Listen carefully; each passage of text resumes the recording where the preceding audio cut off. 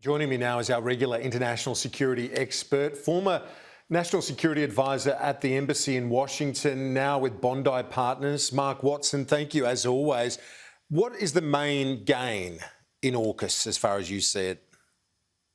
Well, for Australia, I mean, it works on many levels. The military level is the most obvious one. This is a quantum leap in capability for Australia, for its maritime capability, for its ability to project power. I just put one caveat on that, of course. We're not going to see these boats in the water for 10 to 15 years, so we're all going to have a lot of time to chew over what it means. But strategically, Kieran, it was only 48 hours ago that we were discussing the significance of the Quad meeting in Washington and pointing out that it gave the US an opportunity to send a message to the countries of our region that it was remaining engaged with Indo-Pacific in the wake of Afghanistan.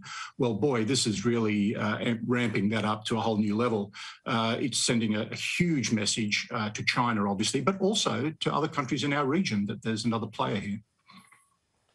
Indeed. And so this comes at AUSMIN, as AUSMIN is unfolding in Washington as we speak. Ahead of the Prime Minister's visit to Washington, D.C. next week, I had a senior source in the government say this would not have been secured if Donald Trump had won re-election because of his volatility.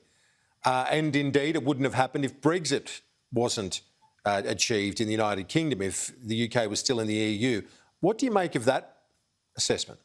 Yeah, I think that's quite correct. I mean, we're focusing very much on the US part of this agreement, but I think it's how significant it is for the UK to be part of this.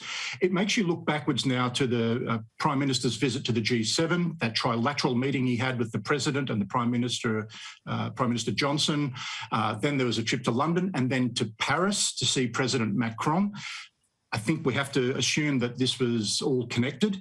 Equally, when our two ministers, the Foreign Minister and the Defence Minister, on their way to Washington, have gone via Jakarta, New Delhi and Seoul, presumably to brief those countries on what was coming.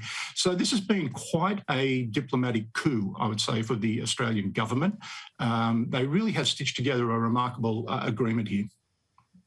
When you reference the fact that this is going to be a couple of decades, or at least well into next decade before we see these subs in the water, what other options are there? I know that the obsolescence for the Collins class is halfway through the 30s, but how else do you get around it? I mean, do you get the British to have some of their hardware here, or the United States? Are they both possibilities? Well, I think you probably need to get a military analyst to describe the military options there. But strategically, there is no doubt that Australia's work to stitch together an growing alliance of like-minded countries who are sending a clear message to China that Australia is not alone. So I know they've pushed out the life of the Collins-class submarine probably as far as they can. Is there a capability gap at the end of that? Well, like I say, we've got a long way to go before we get that answer. But strategically, the work that the government's doing diplomatically is really critical. And it sounds like, in broad terms, bipartisan support. What's the reaction that we should expect from China now? Oh, it'll be incandescent, I think. It already has complained about the Five Eyes grouping, seeing it as kind of a neo-colonialist or a colonial hangover grouping of the Anglosphere, anti-China. This is kind of all that, but on steroids. So there's already been some response, I believe, from China, but you can expect that there will be further measures taken. However, I would say this, Kieran, that China respects the sort of strength that's being brought to the table now. One way or another, it can't ignore it anymore. It could ignore Australia's diplomatic entreaties. It could ignore Australia as a military power. It could do all that. But increasingly, it's not just looking at Australia. It's looking at Australia, the US, the UK. NATO's made statements about the Indo-Pacific. We have a British flotilla, the largest since the war, I believe, steaming through the Pacific now. Germany sent a destroyer. It all adds up to saying to China, you can't just bully boy Australia. Some of the other international reaction will be interesting to monitor. Of course, the French, and the Prime Minister said that he'd already had conversations with Emmanuel Macron. And then you see the reaction from the New Zealand PM, not entirely surprising, but saying that the submarines, when they eventually arrive, won't be welcome in New Zealand territorial waters? Yeah, I don't think that latter point is significant militarily. These submarines don't require something quite that close to home.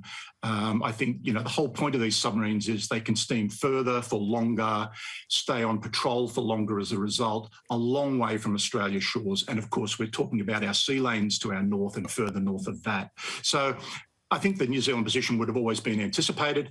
Equally, disappointment in France, but there are several $1 billion, there on the table for France to maybe help ease the pain. Yeah, indeed. The money they're already spent, plus the compensation to come. Right. Mark Watson, thank you for your insights as always. Mark Watson from Bondi Partners. Thanks, Kieran.